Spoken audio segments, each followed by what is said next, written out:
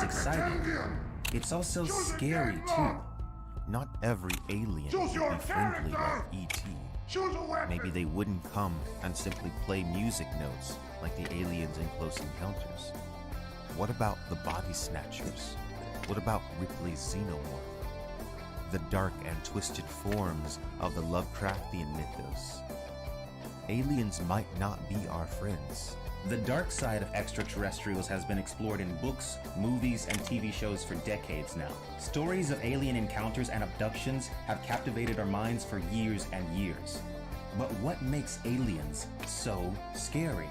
To understand this, we have to dive into the history of aliens in science fiction and the true historical events that inspired some of these stories. We'll also discuss some of my favorite horrifying depictions of aliens in books, movies, and TV shows. All in all, we're in for a pretty spooky evening. It's time for the second ever Quinn's Ideas Halloween Special.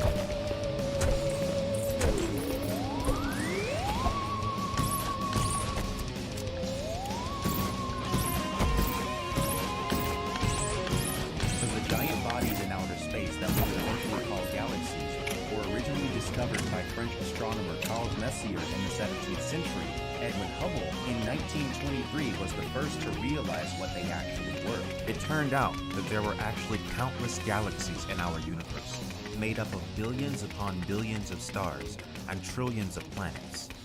It did not take humans long at all to do what we do best: imagine. If there were trillions of planets throughout the vastness of space, could there be another world like ours, with sentient beings like us? From that point onward, we begin to see aliens everywhere. First, let's talk about one of the most iconic, if not the most iconic alien moment in United States history. And to set things up, I'm gonna quote one of my favorite lines from the book God, Emperor of Doom by Frank Herbert. "We are myth killers, you and I, Linneo. That is the dream we share. I assure you from a god's Olympian perch that government is a shared myth. When the myth dies, the government dies. A government can only function if it can continue to justify its hierarchy in the minds of the populace. There will always be some mistrust between citizens and governments, but really bad things happen when people lose faith in their government entirely. The Roswell crash has captivated the minds of believers for decades and become an obsession for some, largely because being mistrustful of the government seems to be society's natural state. It is easy for people to believe that the government could and would cover up something like an alien ship crash if it happened. The Roswell incident is one of my favorite stories/American legends. Now, most people, definitely most Americans, have heard the story of the Roswell crash, but in case you haven't, I'll reiterate. In 1947, in the deserts of New Mexico, an object crashed from the sky. More than 30 years later, in 1980, Charles Berlitz and William L. Moore published the Roswell Incident. According to this book, an alien craft had been flying over the desert of New Mexico, observing nuclear bomb testing activity. By the way, lots of alien experts, I guess, claim that it was in fact nuclear bombs that alerted the alien life forms to our presence on Earth, or at least increased already ongoing monitoring of the planet. Anyway, this alien ship was supposedly hit by lightning according to the Roswell incident. This caused the vessel to crash, killing the extraterrestrials on board. The United States government would then go on to cover up the actual event. The official government story of what actually went down in Roswell states that the crash was no more than a mere weather balloon accident. So maybe that explains it. Except, it kind of doesn't. There are some things about this story that are just plain weird. Now, the Roswell incident is not the first flying saucer story Americans ever heard. In fact, several incidents had been reported nationally just that summer. What made this different, however, is this was the first reported crash of such an object. The first account of a flying saucer confirmed by a government organization. The next day following the report of the crash, the Roswell Army Airfield, the RAAF, released the following statement. The many rumors regarding the flying disc became a reality yesterday when the intelligence office of the 509th Bomb Group of the 8th Air Force, Roswell Army Airfield, was fortunate enough to gain possession of a disc through the cooperation of one of the local rangers and the sheriff's office of Chaves. The statement also states that a man named Major Jesse Martin was the intelligence officer who oversaw the investigation of the crash site. The statement very clearly confirms that what they had recovered was some sort of flying disc, not a weather balloon. Right? Let's dig deeper. The next day, following the story detailing the crash by the Roswell Daily, the United States Army changed their story. They retracted the statement that they had recovered a flying disc and instead stated that they had found the debris of a weather balloon. The next day, the Roswell Daily ran a story which featured a photograph of Major Marcel posing with pieces of what appeared to be weather balloon debris. Of course, many did not believe this story, and the lack of government transparency did not help. This story stoked conspiracy theories and suspicion for years, until finally in 1994, the U.S. Air Force admitted that the weather balloon story had been in fact faked. Here the government claimed that the object had actually been a classified spy box. The object was supposed to be connected to a string of high-altitude equipment equipped with a microphone, according to the 1994 report. Now, the description of this technology doesn't exactly sound like a flying disc. And then there were also the reports that bodies were removed from the crash. In 1997, the United States government released a statement denying the rumor that bodies had been recovered from the crash site. Instead, they claimed that the so-called bodies were in fact test dummies rather than the corpses of alien life forms. I think there is a clear reason that the Roswell story has been so captivating over the years. The thought of a conspiracy is compelling, and when the government completely lacks transparency and often changes their story, it only adds fuel to the fire. And why does the United States government keep addressing this story at all? I mean, was there really a need to bring up the story again and change details 50 years later? But no matter what you believe about the Roswell incident, you can't deny that it did stoke the UFO phenomenon. And it also became the inspiration for an insane amount of awesome science fiction stories, some of which we'll go into in just a little bit. The end of the 1960s would bring another event that would again stoke interest in extraterrestrials. However, the moon landing, unlike the localized Roswell incident, would be reported on and watched globally.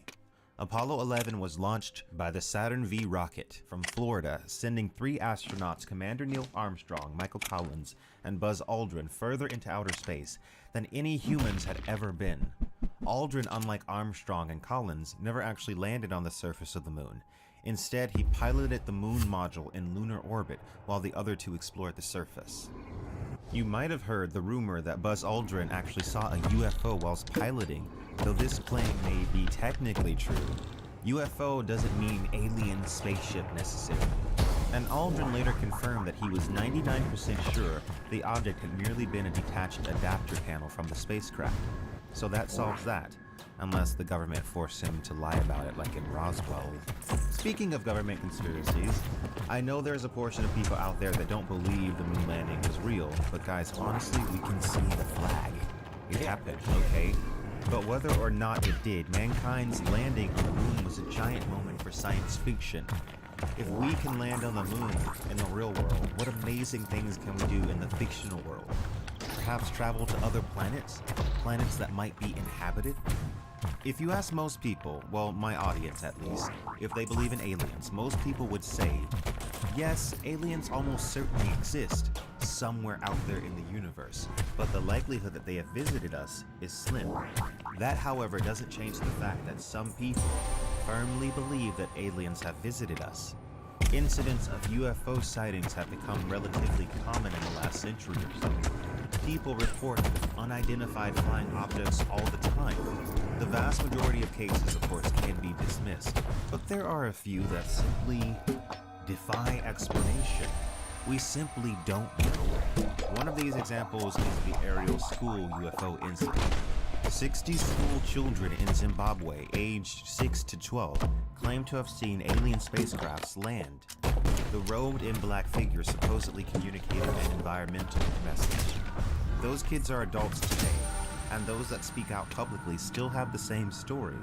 Now you could chalk this all up to mass hysteria and faults of memory, but the truth is, as I said, we just don't know. What we do know is that we, as a society, are obsessed with the idea that aliens are here, watching over us. Maybe they are benevolent, here to help us in some way. Maybe they are here for a different reason. Maybe all of this is yet again the result of mankind's incredible imagination. Either way, the same is true for me as it was when I was a kid. Whether or not aliens are here, whether or not they even exist, I want to believe. More than anything, I really do think it is fear that makes the thought of aliens compelling to us. As the world becomes more connected, more the same, true alienness becomes harder and harder to encounter. It becomes more rare. So we look to the stars and project our fear of the other onto the ultimate other, the extraterrestrial. Whoa! What the heck was that?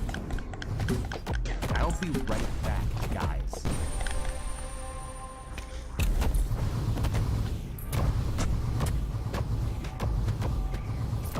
Hello? Is anyone out here? Is anyone out here?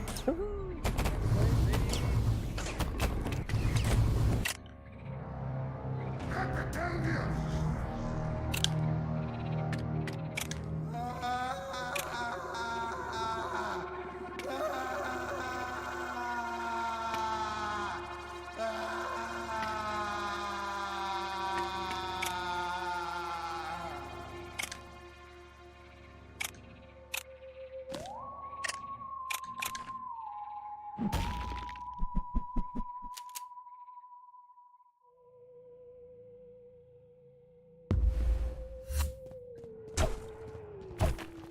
Where am I?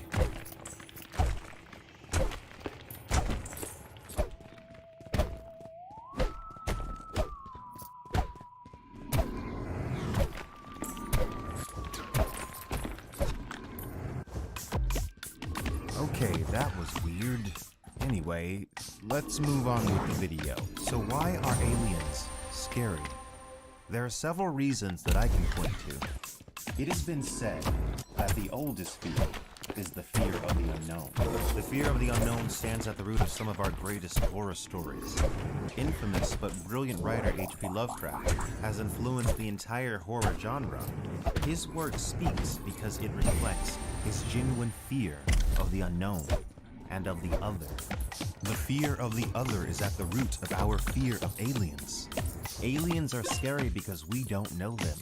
We can't predict their behavior. They could be cruel. They could see us as bugs beneath them. They could enslave us, steal our world's resources, and then discard us.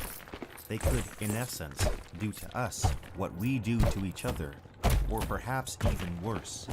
Infinite terrors await within the unknown.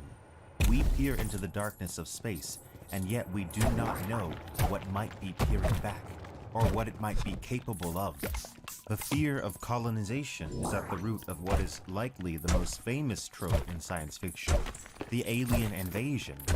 Now, this motif has been around since the 1800s. In fact, H.G. Wells wrote War of the Worlds, the most famous alien invasion story of all time, in 1898. But the concept really took off in the 1950s and especially the 1960s, following the start of the Cold War. Tons of alien invasion movies were released around this time. Freddie Francis's They Came From Beyond, Terrence Fisher's The Earth Dies Screaming, Steve Sekeli's The Day of the Triffids, Don Siegel's Invasion of the Body Snatchers, Maury Dexter's The Day Mars Invaded Earth. The list goes on indefinitely. And it wasn't just movies, tons of books too, trust me. Basically, we've seen throughout history time and time again how things usually go when a technologically superior group encounters a less developed civilization. Usually the less developed civilization is far worse off in the end, if not completely destroyed. Often they lose agency and any claim to ancestral land that should be rightfully theirs. Humans can't help but project these ideas onto a potentially technologically superior, advanced extraterrestrial race. If this is how it goes most of the time on Earth, why would interactions between species of different worlds be any different? Life, after all, is a competition of resources, and there are finite resources in the universe. What would drive a species to expand? The incredible amount of resources and energy that would be required to travel great distances of space, if not the desire to acquire more resources. Though this of course isn't necessarily the case, this is a big part of what keeps this fear in our minds when we think about intelligent spacefaring alien life. Another motif in science fiction which seems to have gained traction around the late 1950s features the reproductive capabilities of women as the target of alien invaders. The aliens want to breed with us, to taint our genes with their hideous foreign DNA. The root fear here is, of course, xenophobia. If you look at Giger's creation for Ridley Scott's film Alien, the creature is literally called the xenomorph. Xeno equals different, and morph to undergo change. And if you haven't seen Alien, spoiler alert, the xenomorph forcefully impregnates its host in order to reproduce. Now, listen to me carefully. I'm obviously not saying that everyone that has a fear of being impregnated by an extraterrestrial is xenophobic towards foreigners. In fact, I'd argue that the vast majority are not. However, when we examine the history of this motif, we see pretty clearly what the root fear is. The trope gained traction in the 1950s and 60s at a time when the United States was going through a period of immense change. The civil rights movement was in full swing, different races and people were beginning to mix and mingle more and more, which was a great thing. But also, of course, a lot of people didn't like this. This caused a lot of, let's say, anxiety for some people. That anxiety, I think, manifested itself in the media of the time, in one way, as the aliens want our women trope. Nowadays, of course, aliens breeding with humans is just a staple of the genre. The root of the motif, however, like the root of many things, is a bit dark. Examples of this motif include 1958's film I Married a Monster from Outer Space. In this movie, grotesque male aliens masquerade in the form of human men in order to impregnate women. They flee from Earth once their breeding plan is exposed. There's also 1960's Village of the Damned, and 1981's Inseminable. And of course, also tons of books which use this trope. Women being impregnated by alien life forms has historically been an extremely common theme, especially in science fiction films. Interestingly enough, in the 1990s, we really saw a kind of reversal of this trope. One example, who we will talk about more later, is Syl from the movie Species. Syl is a female alien who essentially requires the DNA of human men in order to breed. So it's a flip because no longer is the woman a damsel that must be saved from the terrifying spaceman from another world, but instead she is the alien terror herself, and all men despair. There is also an aspect of this trope that has to do with alien beings altering our biology in such a way that it brings into question what it even means to be human. Octavia Butler deals with this concept in her Xenogenesis trilogy, in which the alien life forms known as the Oankali seek to merge their DNA with that of humanity's. The main takeaway from all this is that we are the aliens. And no, I don't mean it like that, although maybe. But what I really mean is that our fears of aliens reflect who we are. Aliens are scary to us because we project the bad side of humanity onto them. All the things that we fear from aliens are things that human beings have already done and are doing to each other. There's one final fear I want to talk about before we talk about some of the creepiest aliens in science fiction. I've heard it often said that the thought of humanity being alone in the universe is existentially terrifying. But funny enough, the idea that we are not alone can be equally scary to some. Some religions, for instance, believe that humans are God's sole children, created in His image. If aliens exist, it puts into question various religious texts that do not account for other sentient civilizations from beyond the stars. If we are alone, we are all that is. If we are not, then that means that one day we might have to face what else is out there, for better or for worse. So now that we've talked about that, we can get on to... Wait, where did this flower pot come from? Wasn't in my set. Wait a second. These aren't my clothes. What? What is going on right now? I'll be right back, guys. What the hell? Whew, okay, that's better. That was super weird. Don't know what the deal with that was, but anyway, moving on. So now that we've gone over what makes the general concept of aliens scary, it's time to talk about some of my favorite books depicting scary aliens.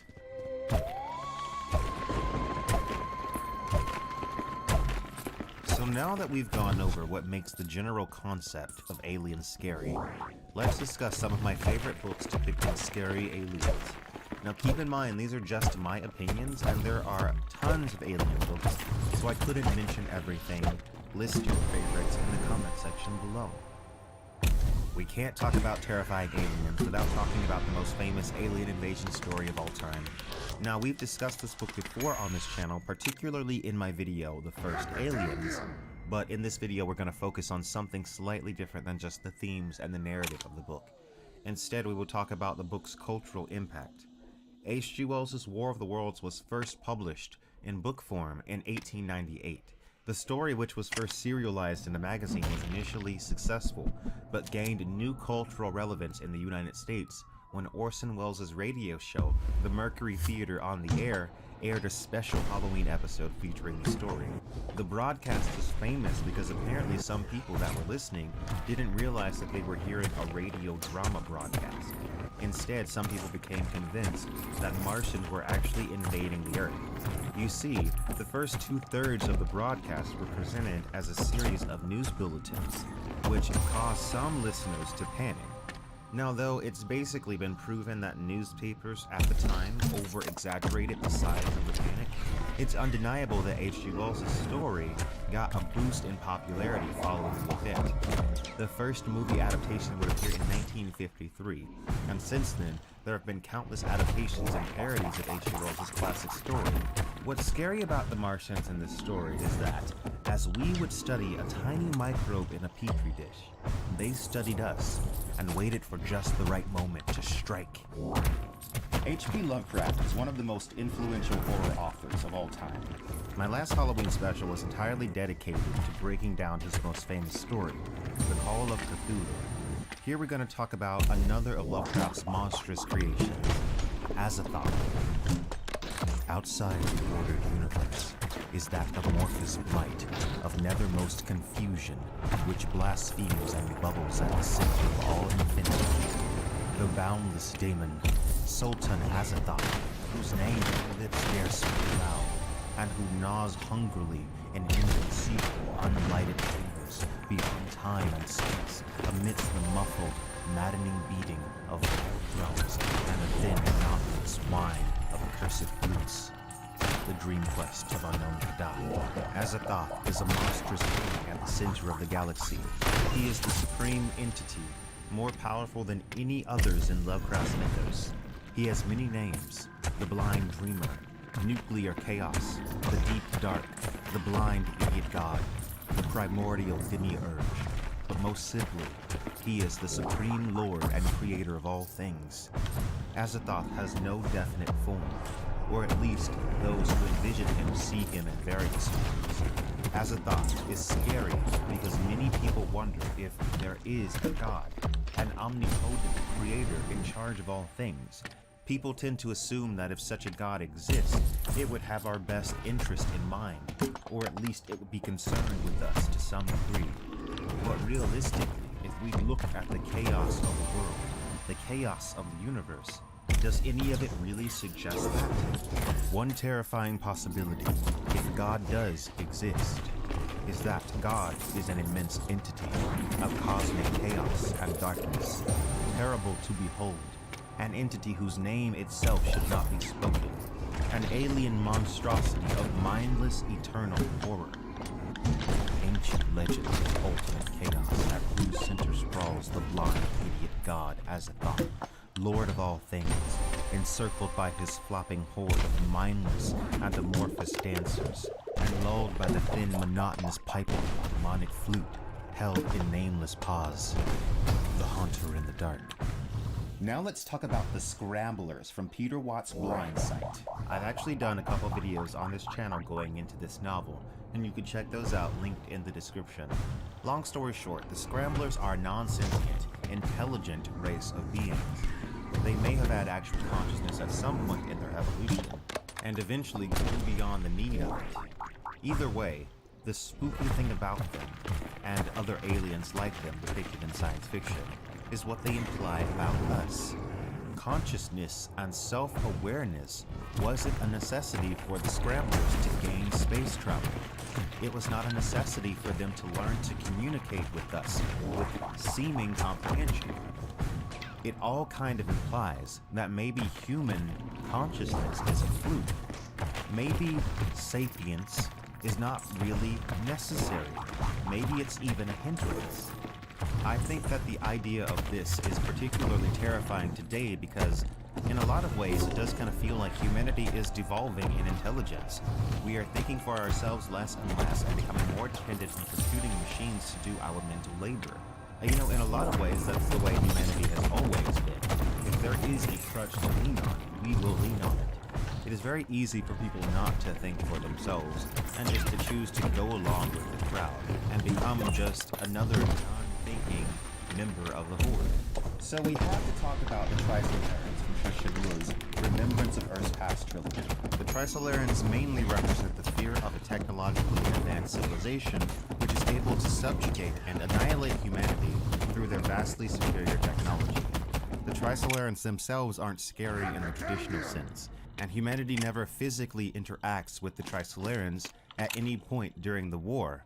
And yet, Trisolaran technology is able to cripple Earth's technological growth and destroy Earth's entire space force before any Trisolaran individual ever gets close to our solar system. I've done an entire series on the Three-Body Problem series and the Trisolaran, so if you want to learn more about that, click on the playlist in the description. The glimpse we get of the Trisolaran civilization in the first book shows us that their society is devoid of individuality, art, and love. It is a society that exists only to survive and to serve the greater society. This aspect of Trisolaran society is spooky because it warns of what humanity could potentially be in the real world. Humanity is defined by the things the Trisolarans lack. It is the same reason that the Borg in Star Trek are scary, but don't worry, we'll get to Star Trek later on. Next up is Lock and Key. So if you've seen Netflix's version of this graphic novel, forget about it. Throw it away. Zip zap, it's gone. It doesn't exist. It never existed. In all seriousness though, if you love that show, more power to you. But the book! Joe Hill has been writing some of the best horror stories for years now. Nosferatu, The Black Phone. I really loved the Cape 1 and 2. I thought they were really fun and dark and twisted. Joe Hill is doing some really great things. And because he is the son of probably the greatest horror author of all time, Stephen King, he seems to be somewhat a fan of the work of H.P. Lovecraft, and it shows. Spoilers ahead. Essentially in Lock and Key, there is a door, though it doesn't always look like a door. It is deep within a cave near the ocean. The things that wait on the other side of the door desperately want the door to be open. They whisper from the other side. At some point, a lock was created. a lock forged from a strange metal which had come through the other side of the door. It was the only thing that could hold the door closed. And the Omega key, also forged from the same metal, is the only thing that can open the lock. The creatures on the other side can only exist in our world if they have flesh to inhabit. So in order to live, they must steal the body of the human. Now the interesting thing is, one of these creatures is free, and it desperately wants to open the door. But first it has to get the keys from the keepers of the keys. It's plural because there are actually a lot more keys in this story than just the Omega key, and they all do various things. There's a lot to this story actually. What makes this particular aspect of the story scary is that there is a door to another place, a door which can be relatively easily opened. And if it is open, an unspeakable darkness will enter our world and inhabit our skin. I know what you're saying, Quinn, this really isn't an alien story. I know, but it is Lovecraftian. And if we're talking about interdimensionality, then what really is the fundamental difference between extraterrestrials of our own physical dimension? Beings from another dimension. Stephen King, like his son Joe Hill, obviously grew up reading the work of Lovecraft. In his book It, he creates one of the scariest Lovecraftian beings to ever appear on paper. The creature referred to throughout the novel only by the pronoun it. Spoilers ahead. We learn about 2/3 of the way through the novel that this creature came to Earth from beyond outer space, a place called the Macroverse. Basically the greater universe that our universe is merely a speck within. This creature and another creature which was its opposite, called the Turtle, were alive before the beginning of the universe. The Turtle was a creature of life and creation. It was a being of malevolence and consumption. During the vast eons of its early existence, it fed upon the petty forms within the Macroverse, but eventually it wanted better food. So it came to Earth, millions of years before mankind ever even existed, and it waited. It waited beneath the place that would eventually become the town of Derry, its killing pin. It waited for humanity because unlike the petty forms of the Macroverse or the lower animals of Earth, human beings could truly dream. With our imaginations, we can conjure up visions of the greatest pleasure and the greatest terrors. It had come here long after the turtle withdrew into its shell, here on Earth. And it had discovered a depth of imagination that was almost new, almost of concern. This quality of imagination made the food very rich. Its teeth writ flesh gone stiff with exotic terrors and voluptuous fears. They dreamed of night beasts and moving muds. Against their will, they contemplated endless gulfs. Once humanity came along, this creature existed in a constant cycle of waking to feed upon the fear and flesh of mankind, and then returning to a dreaming state, only to awaken later and start the cycle again. What makes this creature so terrifying is that it can read your thoughts and determine what scares you the most. When it feeds, it acts as a reflector of your greatest fears. One of the things that makes this creature truly monstrous is that it chooses to feed on children simply because it's easier to do so. Children, unlike adults, have very simple fears. The monster under the bed, the vampire outside the window, the swamp monster under the lake. Adulthood fears are more complicated. It's easier to transform into a werewolf than to kill someone with the fear of missing their mortgage payment or something. What I really like about this book is how the malevolence of this creature, driven by only the desire to consume, to satiate its own pleasures, affects the town of Derry. Everyone who lives there knows that there is something wrong with Derry, but they choose to turn away from it because it is easier to turn away from the unspeakable evils which are occurring all around you than it is to stand up to it. This evil is powerful beyond comprehension. No one person could ever hope to stand against it alone. That was part of how it was able to keep killing for so long. Stephen King also has a couple of other interesting books that are pretty creepy aliens, like the Tommyknockers and also Dreamcatcher. Coincidentally, the main 4 characters in that book were raised in the town of Derry, sometime after it was supposedly vanished.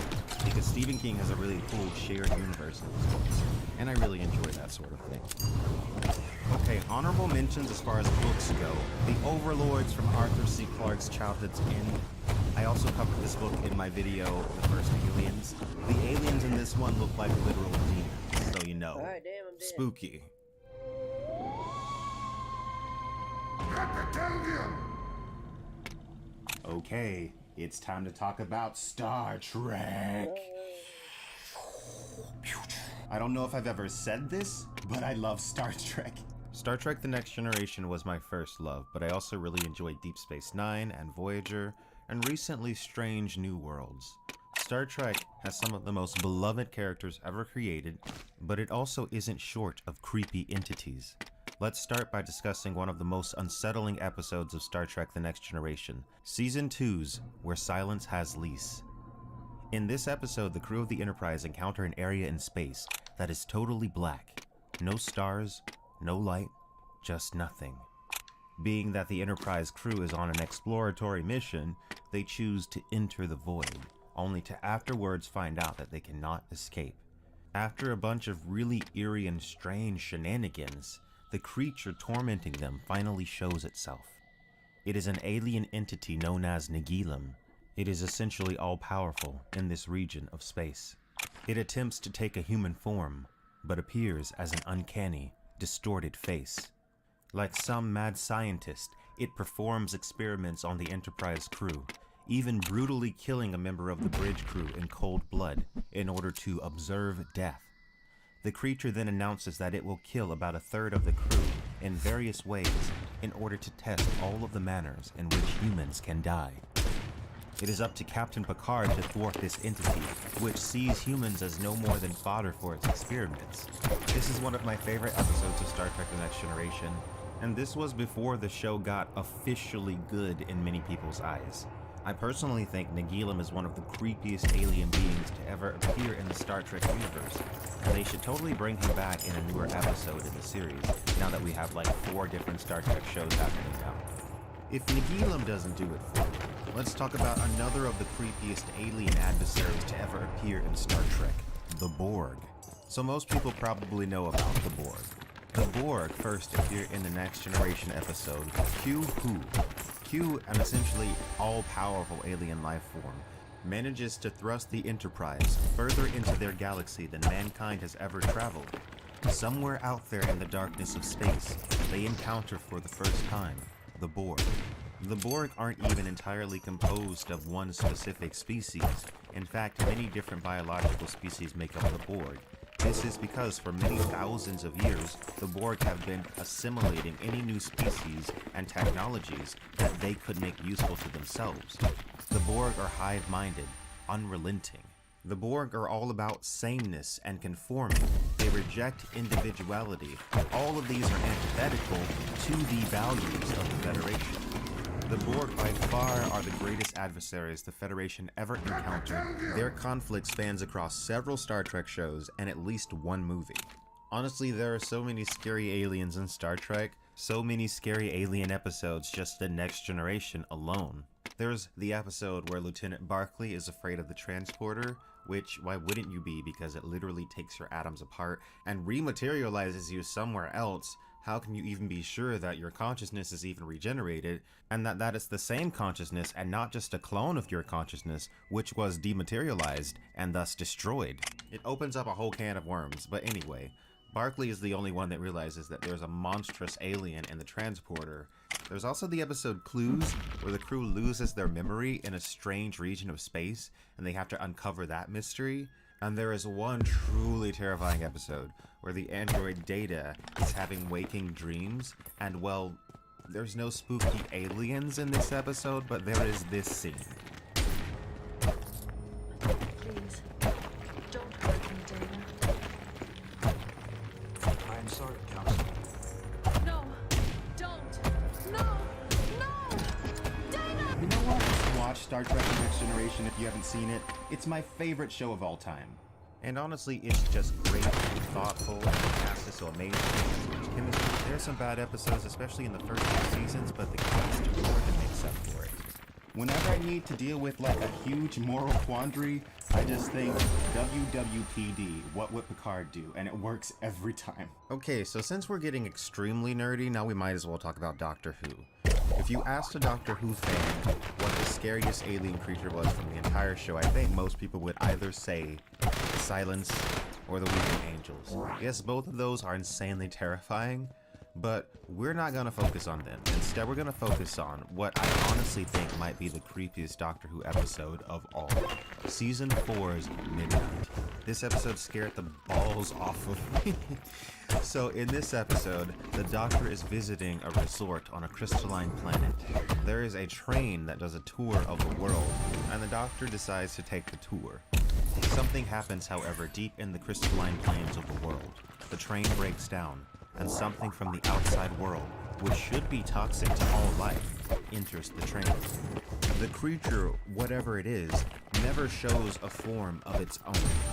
It jumps into a woman aboard the train and uses her to mimic and eventually learn their language. It somehow affects the humans aboard the train through suggestion. It makes them paranoid and angry with each other. Eventually, they even turn on the Doctor, who is the only one who sees this creature for what it really is. Something terrible and forgotten that waited out there in the crystalline abyss had attempted to catch a ride with them, so to speak. This is without a doubt one of the creepiest episodes of Doctor Who. 10 out of 10, would recommend. Alright, so we can't really talk about scary aliens in TV shows without talking about the X-Files. I love the X-Files for all its plot holes and narratives that go nowhere.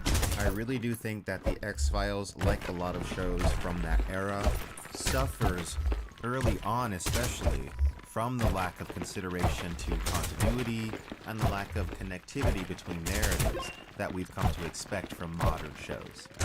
I really enjoy the X-Files though, and even though I haven't seen it as much as Doctor Who and Star Trek, the X-Files absolutely shaped my taste in creepy aliens growing up. And if you're a fan of science fiction, it's likely that you've been influenced by this show without even realizing it, because it gets referenced everywhere. Okay, now let's get to some scary alien movies that I like. Now again, keep in mind, these are just my opinions. Also, I can't include every alien flick in this video. But anyway, without further ado, let's start off with John Carpenter's They Live. They Live is a fantastic movie. The thing is, however, you gotta get through the first 30 minutes of it, and then trust me, it's worth it. John Carpenter lulls you into a false sense of familiarity with this film.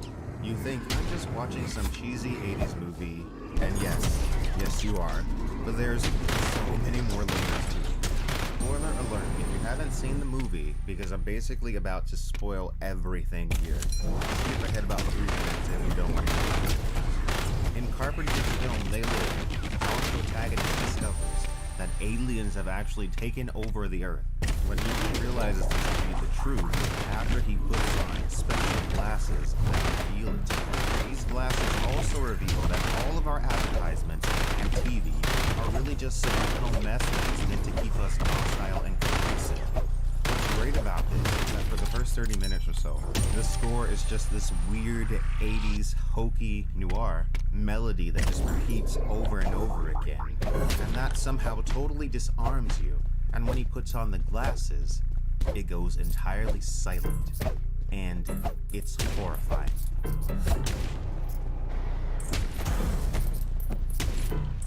This movie kind of works for the same reason that The Matrix works.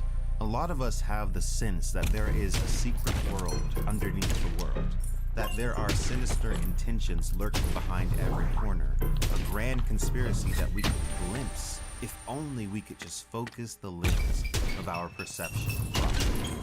The xenomorph from Ridley Scott's Alien is without a doubt one of the scariest alien beings ever put on screen.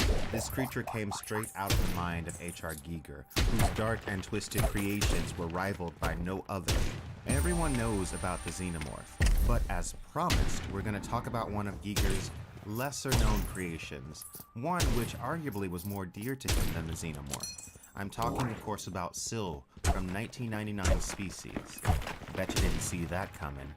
Well, you probably did, since I mentioned it earlier. Species is a film about scientists who receive a signal from outer space. It is from an alien race of beings. The signal contains the genetic information of aliens and details on how to combine it with our own DNA. The scientists, believing that they could contain the creation, allowed the experiment to go forward, creating Syl. However, once Syl reaches adolescence, in a shockingly short period of time, the decision is made to terminate the production. But before she can be killed, Syl escapes. On her own, she pupates into a fully grown woman, and then the breeding drive is activated. Syl desperately wants to mate, but you know it's kind of hard to find a good man who's a match for you when you're an ultra-intelligent apex predator from another world. From all the stories that I've heard, Giger is absolutely in love with his character, design, and concept. He even spent his own money to create the scene in the movie with the alien monster train when the studio wouldn't pay for it. Syl was designed to be sexually provocative and terrifying at the same time. She was the embodiment of the mixture of horror and sexuality that was definitive of so much of Giger's work. What makes Syl scary is that she looks like a woman most of the time, but in actuality she is a biological weapon. She was sent to Earth to breed. Her children would breed, and eventually the biologically superior aliens would dominate the Earth. Humanity would be replaced. Now, of course, the movie itself has flaws, and definitely not everything in it is completely original. It borrows heavily from movies like The Thing, and of course Alien. It's still pretty fun to watch regardless, and the concept, when you extrapolate just a little, is terrifying. There's something about the way the aliens are depicted in signs that is still horrifying to me. They radiate malice, and there is a sinister veil